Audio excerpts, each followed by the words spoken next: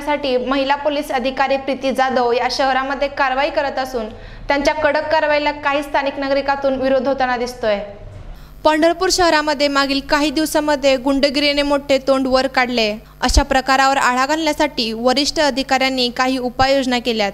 यामध्ये प्रामुख्याने रस्त्यावर उभे राहून दुचाकी वाहनावर रोड रोमिओवर कारवाई करणे, यामुळे अनेक चोरीचे वाहने मिळून येतात व वेगात चालविणाऱ्या वाहनावर नियंत्रण राहून अपघात कमी होतात। त्याचबरोबर वाढते रोड रोमिओंचा त्रास कमी होतोय। अशी कारवाई करताना सामान्य लोकांना काही प्रमाणात त्रास होणे साहजिकच आहे, कारण नेहमी चांगले होण्यासाठी सामान्यांनाच किंमत मोजावी लागते हे खरे आहे। सध्याच्या गुन्हेगारीला आळा घालण्यासाठी पोलीस प्रशासनाने महिला पोलीस अधिकारी प्रीती जाधव यांची नियुक्ती केली आहे।